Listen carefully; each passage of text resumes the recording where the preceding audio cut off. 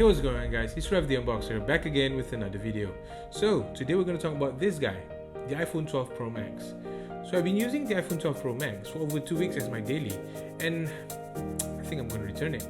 And here's 5 reasons why.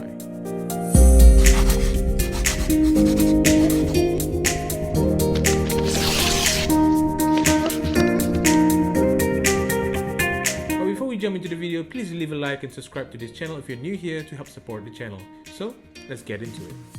So reason number 1 is the form factor.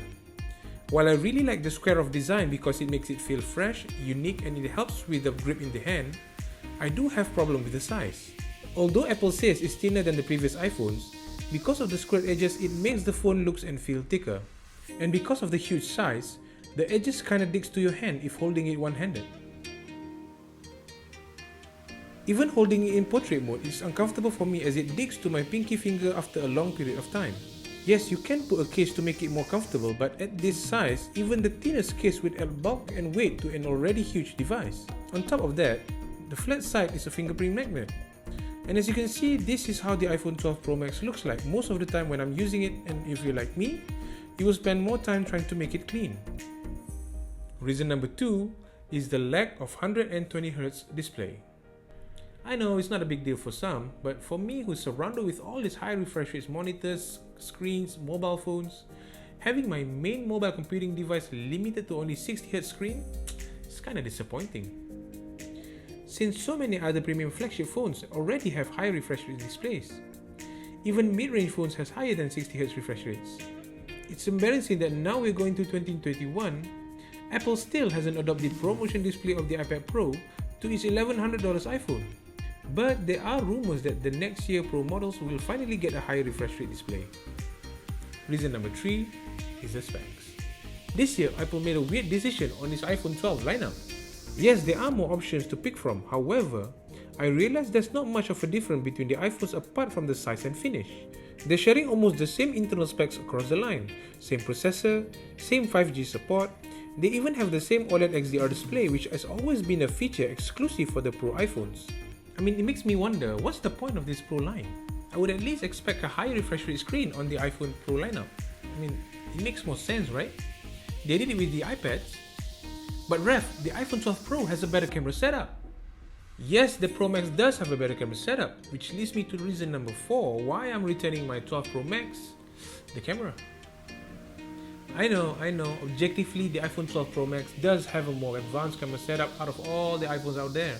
However, subjectively, I don't know. Okay, here's the thing. Camera on an iPhone has always been very good, and that's a good thing. However, this year, it's also a bad thing. Let me explain. On paper, we have the same main camera sensor across the iPhone 12 lineup, with the Pro iPhones having a triple camera array with the exact same ultra-wide angle and LiDAR sensor. And the two main difference of the Max are the main camera having a physical sensor which is 47% larger, and the telephoto lens have a 2.5 times optical zoom to the 2 on the standard Pro. In theory, the main camera on the Max should allow in more lights, resulting in less noise overall, better low lights performance, and sharper shots when zooming. But in reality, yes, with the right settings you can see a slight improvement, but really it isn't anything that I can see here that makes me want to say, yep, that's why I'm spending more on the 12 Pro Max.